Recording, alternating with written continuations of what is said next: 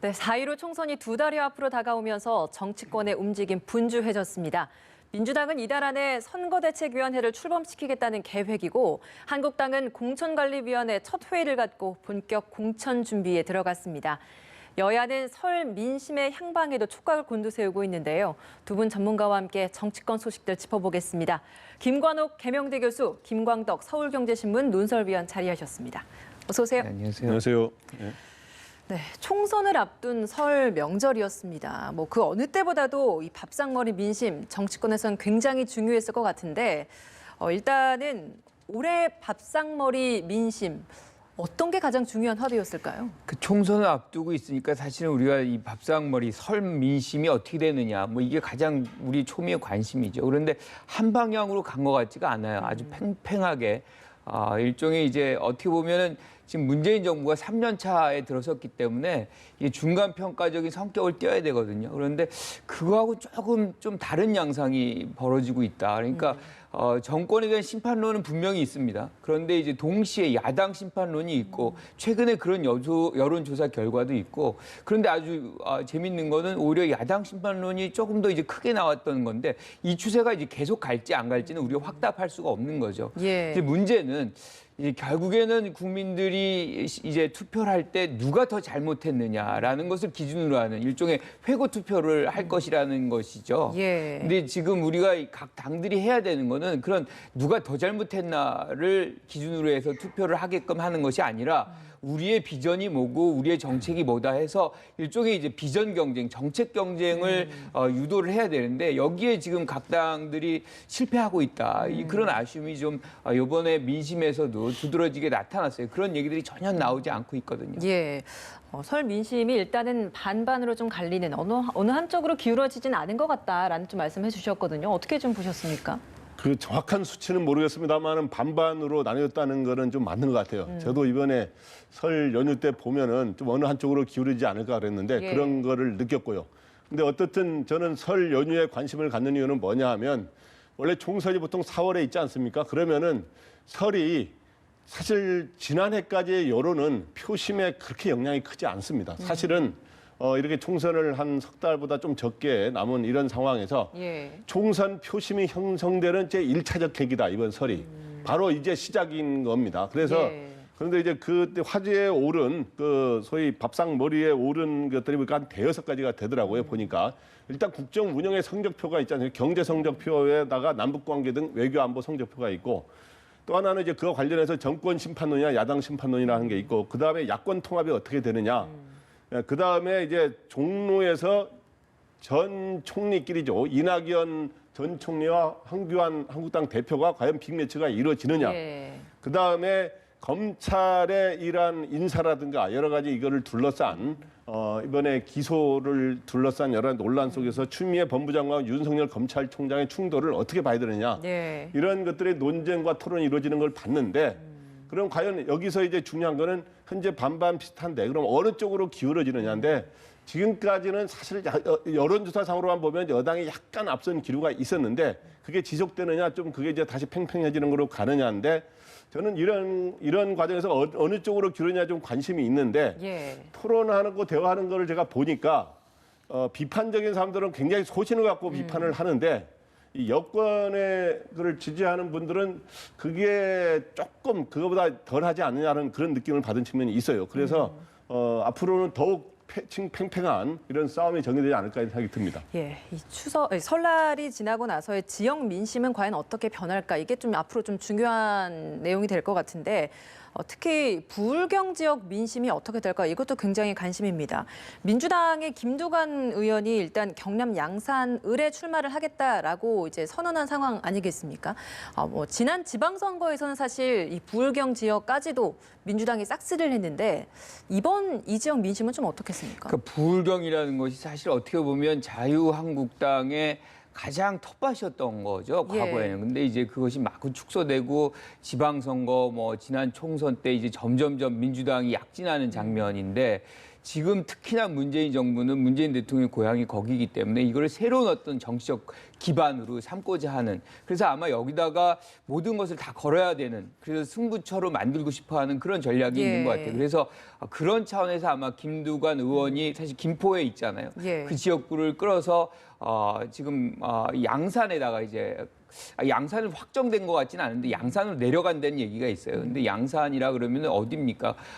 노무현 전 대통령의 사가가 있고 거기에 정치적 고향이 있기 때문에 굉장한 상징성을 이제 거기를 갖고서 접근해 보겠다. 그래서 이게 지금 제가 보기에는 민주당의 어떤 선거 전략 중에 하나인 것 같아요. 그러니까 권역별로 굉장히 상징적인 인물을 배치하고 그 인물을 중심으로 해서 선거를 치러 나가는. 그래서 김두관 전 장관, 이제 현 의원이죠. 의원 같은 경우에 이제 PK를 맡고, 예컨대 김부겸 전 장관 같은 경우는 TK를 맡는 이런 식의 어떤 전략을 짜는 것 같아요. 그런데 이런 부분들이 어떻게 보면 한국 정치에서 나오는 일종의 이제 선거 전략 중에 하나인데, 저는 개인적으로는 그렇게 바람직하다고 생각하진 않아요. 왜냐하면 300명 한 명 한 명이 다 헌법기관이거든요. 모두 다 부각이 돼야 되고 모두 다 인식이 돼야 되는데 이런 몇 명한테 좀 가리는 장면이 나오지 않을까, 그런 우려는 있지만 뭐 어떻게 해도 인물 중심의 정치가 계속해서 해왔던 것이 한국 정당 정치이기 때문에 그런 전략을 뭐 현실적으로 완전히 제거할 수는 없는 것이다. 그래서 타협점을 좀 민주당이 만들어가는 그런 노력이 필요하다, 이렇게 생각합니다. 방금 말씀하신 팩트 차원에서 그 양산은 노무현 전 대통령이 아니라 문재인 대통령의 사저인 그렇죠. 거죠. 그게 맞는 거죠. 네, 관련해서 그럼 또 같이 질문 좀 드려보도록 하겠습니다. PK 지역에서 이제 민주당이 이런 전략을 가지고 집중 공략을 한다고 한다면 과연 그 PK 지역에서의 민심을 좀 어떻게 반응을 할 거라고 보십니까? 지금까지 이제 PK의 지역에 대해 한번 분석을 하자면 부산, 경남이죠. 과거에 전통적으로 지금 현재 자유한국당의 전신의 정당들하고 한국당이 굉장히 텃밭으로 알려졌던 곳인데 수십 년 동안. 그러다가 근데 지난번에 최근에 민주당이 동진 정책이라 그래서 민주당이 지금 호남에서 굉장히 강세 아닙니까? 그러다가 이제 영남 쪽으로 이제 동진을 하자 하는 그런 전략으로 특히 부산, 경남에 몇 년 전부터 굉장히 공을 들여왔어요. 그런 와중에 민주당이 좀 상승세인 상황에서 지난 탄핵과 국정농단을 거치면서 최근 여러 가지 지방선거라든가 여러 선거에서 굉장히 우위를 점했죠, 민주당이. 그런데 이제 지금은 문 대통령의 지지율가 옛날보다 많이 조정이 되면서 그중에 많이 빠진 곳이 대구, 경북도 있지만 부산, 경남에서 문 대통령의 지지율이 옛날보다 많이 떨어졌어요. 그래서 지금은 한국당 쪽에서는 굉장히 자기들이 올라갔다고 이제 주장하는 상황이고, 한국당이 그전보다 굉장히 다시 회복이 많이 되고 있는 건 사실이에요. 그래서 민주당이 그런데 여기서 그럼에도 불구하고 한국당의 텃밭으로 놔두면 안 되는 상황이에요. 여기서 뭔가 한국당하고 접전을 벌이거나 상당히 괜찮은 성적을 거둬야 전국에서 확실한 일당이 되면서 전국 주도권을 잡을 수 있다고 보기 때문에, 특히 또 여기는 문재인 대통령의 고향 아닙니까? 그렇기 때문에 그런 측면에서 굉장히 공을 들이고 있는데, 제가 보기에는 어떻든 한국당도 여기 대구, 경북에서 부산, 경남은 압승을 거둬야 수도권에서 지금 한국당이 좀 밀리고 있는 거는 현재까지는 사실이거든요. 그렇기 때문에 한국당은 역으로 부산, 경남에서 그냥 압승을 노리고 있기 때문에 앞으로 여기가 굉장한 접전의 지역이 되지 않을까, 상당히 치열한 대결이 벌어지지 않을까 생각이 됩니다. PK 지역을 봤으니까 호남 지역 민심도 좀 봐야 되지 않겠습니까? 최근에 호남 민심 잡겠다라고 하면서 갈라졌었던 대한신당과 민주평화당이 다시 좀 통합을 하고 싶다라는 좀 의지를 좀 내비치고 있습니다. 호남 민심 그리고 그 안에 있는 안철수 전 대표의 움직임 좀 어떤 변수로 작용할 거라고 보십니까? 호남이 사실 여러 갈래가 있어요. 그러니까 대한신당 전부 다 사실 어떻게 보면 국민당이었는데 이것이 갈라져 가면서 대한정당이 있고 민주평화당이 있고, 그 다음에 이번에 이제 안철수 전 대표가 날라오면서 다시 이 호남에 대한 구애, 호남 지역적으로 호남, 그리고 이념적으로는 중도를 찍으면서 이제 신당 창당을 하겠다 이렇게 했기 때문에 거기에 또 민주당이라는 부분이 또 들어가 있잖아요. 그러니까 거의 사파전의 어떤 양상이 벌어지는 장면이죠. 그런데 이제 어떻게 해도 민주당의 어떤 입지가 굉장히 강하기 때문에 지금 앞에 말씀드린 이 세 정파가 사실상 통합을 해야 되는 어떤 필요성, 바른미래당까지 포함해서요. 이런 필요성들이 지금 마주치고, 그래서 이제 우리 장면이 나오고 있지만 설 이제 이 귀성객들에게 이제 같이 이렇게 인사하는 장면도 그만큼 이제 필요성이 있는 거죠. 그런데 이제 민주당 같은 경우도 사실 호남이 정책 기반은 확실하거든요. 그래서 여기서 이제 밀리면 사실상 지역적 기반이 상실되기 때문에 이런 차원에서 아마 임종석 전 의원에 대한 전 실장에 대한 어떤 구애 그리고 당에 대해 들어와서 좀 역할을 해달라 뭐 이런 것들이 당의 입장에서 이제 나타나고 있는데 예. 결국에는 이런 메커니즘이 흘러가는 과정 속에서 누가 이제 호남을 잡느냐가 총선에서 안철수 전 대표의 어떤 화려한 복귀가 이루어지느냐 아니면 예. 민주당이 이 총선의 어떤 승리를 견인하느냐 뭐 이런 것이 이 호남에서 결정되기 때문에 서로에 양보할 수 없는 그런 어떤 경쟁이 호남 지역에서 벌어질 가능성이 높다 이렇게 봅니다. 민주평화당과 대한신당 같은 경우에는 통합보다는 뭐 연대 이쪽으로 좀 움직임을 할까요? 저는 이제 조금 다르게 보는 게 안철수 전 대표 중심의 움직임이 이루어질 수밖에 없다. 왜냐하면 이제 바른미래당만 갖고서도 안 되거든요. 그래서 제3지역에 갖다 놓고 과거에 사실 이분들이 다 같이 했던 분들이에요. 예. 그러다 보니까 한 식구란 얘기도 있고 또 지금 당장에 뿔뿔이 나와서는 모두가 다 안 된다는 어떤 공멸의식이 있기 때문에 근데 또 문제는 갈라진 지 얼마 되지 않은 상황 아닙니까? 근데 또 통합을 한다고 하면 그렇죠. 그것도 또 명분은 보기에- 사실상 예. 없죠. 명분은 사실 그래서 이제 안철수 전 대표를 중심으로 모일 수밖에 없는 거죠. 왜냐하면 예. 안철수 전 대표가 명분을 지금 갖고 있는 거잖아요. 중도라든가 뭐 호남을 다시 한번 뭐 이런 식이기 때문에 예. 어떻게 보면 대한신당이라든가 뭐 민평당 같은 경우는 그런 어떤 높은 기치를 세울 만한 가치를 지금 제공하지 못하고 있거든요. 지역적인 굴레, 예. 거기서 벗어나지 못하고 있는 장면을 안철수 전 대표를 통해서 극복하고 한다. 그래서 이제 통합이 그렇게 같이 맞물려야만 이루어질 수 있겠다 이렇게 봅니다. 예, 알겠습니다. 제가 논설위원께는 다른 질문 좀 드려보도록 하겠습니다. 앞서서 이제 밥상머리 민심에 올랐던 화두 중에 하나로 종로, 정치 예. 1번지 종로에서의 두 전 총리의 매치에 대한 성사 가능성 얘기를 했을 것이다라는 얘기를 해주셔서 예. 과연 정말 황교안 대표는 종로에 나오지 않을 것인가 좀 어떻게 예상하십니까? 예, 저는 빅매치가 이루어지느냐 안 이루어지느냐가 거의 좀 절반쯤이라고 보는데 절반은 너무 좀 조심스러운 진단이기 때문에 저는 이루어지는 쪽이 한 55%를 보고 있습니다. 예. 근데 이거는 단순히 막연한 추측이 아니고요. 이번에 황교안 그 대표가 앞으로 어떻게 취할 거냐에 대해서 그런 걸 이제 알아보면 알 수가 있잖아요. 왜냐하면 이낙연 전 총리는 일단 출마를 표명한 상태이기 때문에 이제 한쪽에 이제 응하면 빅매치가 되는 거고 황교안 대표가 응하지 않게 되면 이제 불발되는 거 아닙니까? 그래서 예. 제가 양쪽을 취재하다가 그날 이제 황교안 대표 측을 어떻게 하느냐를 많이 취재를 해봤는데 그저께쯤에 했더니 이런 상황이에요. 그러니까 지금 황교안 대표는 그 전에 수도권 험지에 출마할 수 있다라고 밝혔잖아요. 예. 근데 그때 밝힐 때는 종로를 사실 염두에 두고 했다 그럽니다. 이러는데 그런데 이제 과연 이제 고민이라는 게 이런 게 있는 거죠. 당 대표로서 과연 승산이 있느냐를 봐야 되는 거 아니겠어요? 이제 이런 게 있는데 최근 들어서 공천 관리를 구성했는데 거기에 이석연 전 법제처장이라고 이제 공관위 부위원장이 되는데 이 분이 뭐라고 이야기했냐면 이 공천 관리에서 제일 먼저 결정해야 될 게 전략공천 1호는 황교안의 종로 출마가 돼야 된다라고 강력히 공개적으로 주장하고 있어요. 근데 예. 이게 지금 현재 김형호 그 공천관리위원장이라든가 이석연 위원 같은 경우에 그런 의견들이 황 대표는 공천위에서 손 떼라 이렇게 하는 게 서로 무슨 우리 같으면 뭐 조율해서 그냥 그렇게 말하는 게 아닌가 하는데 제가 취재해봤더니 전혀 조율이 되지 않고 실제로 그렇게 이야기하고 있다는 겁니다. 그러니까 상당히 황교안 대표하고 다르게 황교안 대표를 이렇게 어느 정도의 굉장히 이렇게 하라라고 좀 압박을 가할 수 있는 그런 분위기가 종로 출마에 대한 좀 압박을 가할 수 있는 분위기다. 분위기가 돼서 예. 이렇게 해서 저는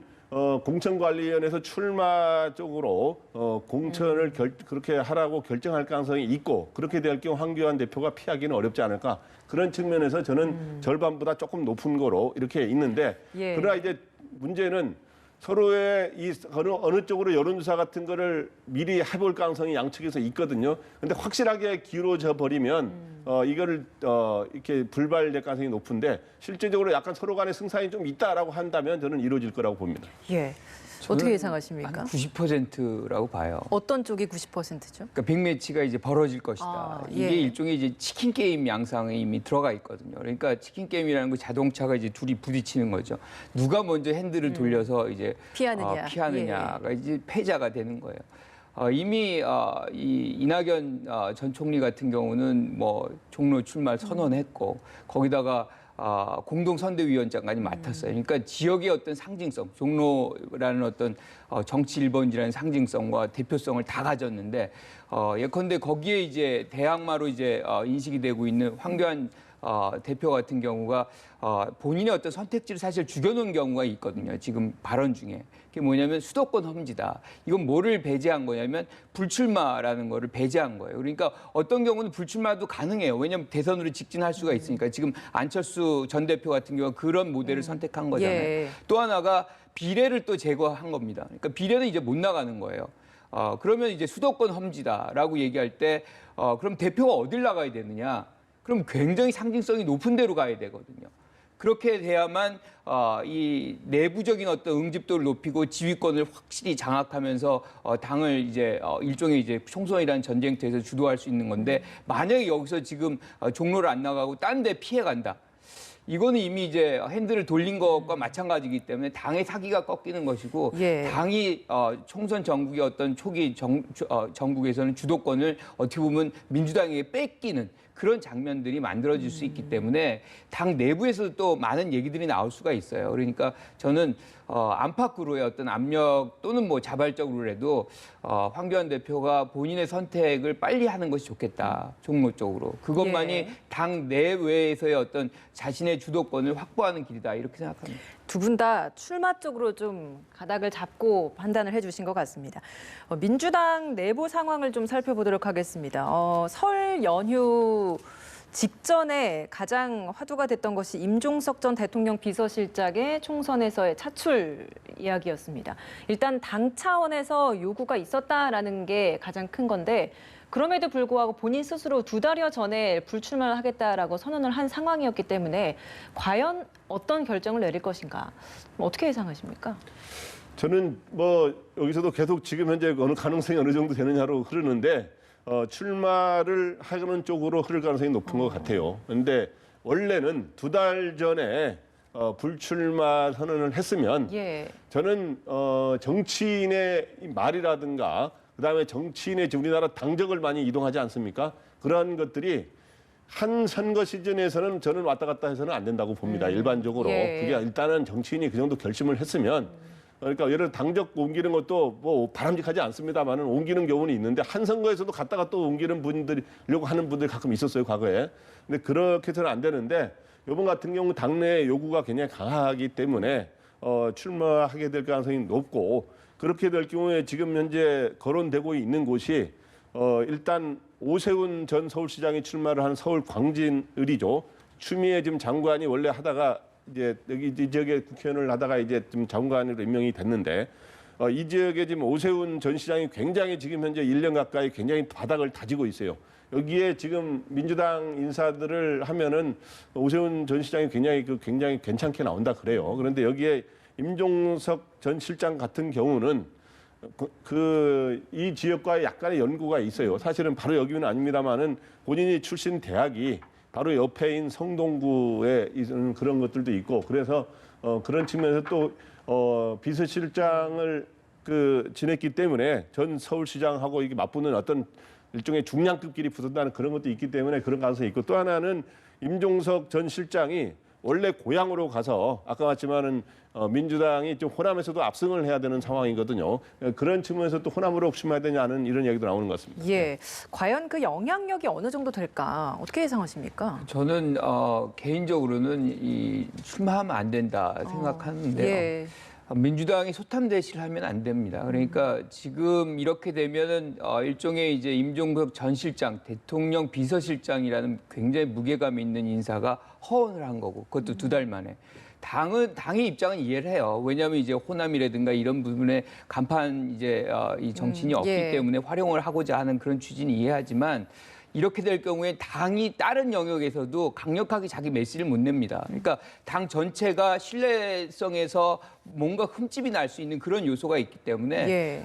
이런 작은 것을 먹고자 해서 큰 것의 어떤 원칙을 저버리는 행위를 해서는 안 되는 것이고 저는 만약에 이렇게 해서 뭐 출마를 한다고 해도 뭐 그게 광진구가 됐건 그게 뭐 호남이 됐건 저는 그 부분이 그렇게 효과적이지 않다 이렇게 생각합니다. 예, 알겠습니다. 한국당 상황도 좀 살펴보겠습니다.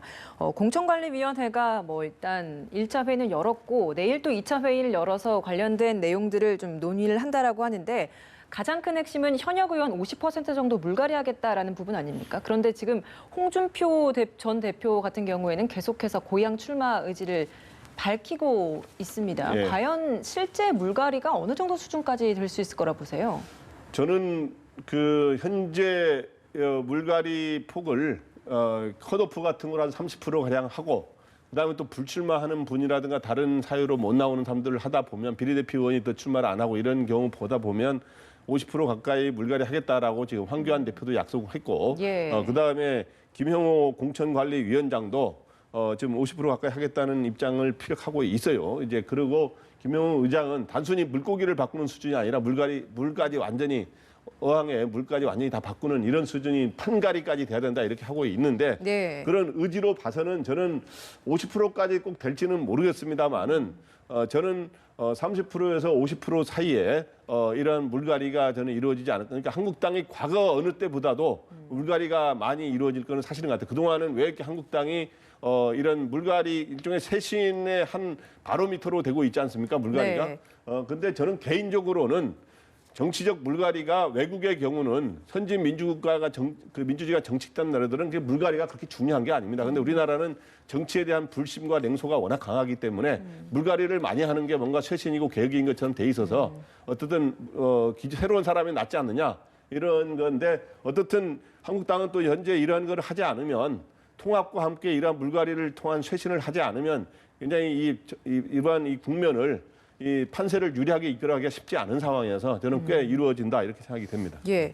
그런데 이제 큰 폭의 물갈이가 이루어지고 나면 거기에 반발한 의원들이 탈당을 하면서 그 다른 세력과 또 결합을 하는 그런 우려도 나오고 있던데 교수님께서는 어떻게 예상하십니까? 그럴 가능성이 매우 높죠. 그럼에도 불구하고 이제 사실은 이 공관위가 혁명적인 어떤 공천을 하지 않으면 왜냐하면 우리가 2016년 공천이 굉장히 반면교사를 삼아야 되거든요. 그때 이제 어떻게 보면 친박 공천하면서 모든 것이 패배로 이어졌기 때문에 이번에는 그것을 완전히 바꾸는 그러니까 그분들이 뛰어나가서 다른 어떤 정파와 협력을 해가지고 나간들 하더라도 예. 그 부분에서 우리가 아니라 자유한국당이 어느 정도 진다고 한다고 해도 그런 것을 감안해서 공천을 뭐 타협적으로 한다 그러면 국민들이 용서하지 않아요. 그러니까 예. 특히나 지지층들이 많이 이렇게 균열이 돼 있거든요. 보수도 그렇고 진보도 그렇게 균열이 돼 있어요. 그래서 예. 지금 50%를 이제 물갈이를 한다고 하는데 그 부분이 이제 다시 통합된 영역들을 이제 받아들이는 공간으로 이제 활용이 되겠죠. 그만큼 이제 흡수를 해야 되는데 그것들이 뭐 예컨대 이제 중진들이라든가 이런 분들이 많이 양보를 안 한다거나 뭐 이런 것들이 안 되면 안 되는 거기 때문에 김영우 위원장이 진짜로 자율성을 갖고서 하지 않으면 사실상 공천이 어떻게 보면 이 총선 승리의 절반 이상 차지한다고 생각해요. 예. 이제 그런 부분에서 삐걱거리는 순간에는 사실상 어떻게 보면 이 지금의 좋은 기회를 또 놓칠 수 있겠다 이렇게 생각합니다. 예, 마지막으로 이 질문만 좀 간단히 좀 여쭤보도록 하겠습니다. 짧게 좀 대답을 해주시면 감사할 것 같은데요. 보수 통합에 있어서 지금 어떤 수준까지 언제까지 이게 좀 이루어질 수 있을 거라고 보세요? 언제까지요? 그러니까 저는 한 열흘 전까지의 취재를 해본 바에 따르면 지금 통합이 뭐 이렇게 많이 논의가 되고 있지만 통추위도 구성됐지만 예. 실제로 한국당과 새보수당의 통합이 쉽지만은 않을 것이다라는 이야기를 많이 들었어요. 사실은 예. 물 밑에서는 언론에서는 많이 되는 것처럼 나왔지만, 근데 제가 그저께 정도의 이제 취재를 해본 바로는 이제는 거의 통합이 되는 쪽으로 가는 것 같다라고 하는 이야기 나오는 거 봐서는 예. 여러 가지 갈등이 있겠지만 통합이나 또 통합에 거의 준하는 강력한 연대를 하는 것 쪽으로 갈 가능성은 굉장히 높아졌고요. 그거의 가시적 효과가 나타나는 시기는 2월 중순이 될 것 같다 이렇게 생각이 듭니다. 예, 알겠습니다. 오늘 말씀 여기서 마무리 짓도록 하겠습니다. 고맙습니다.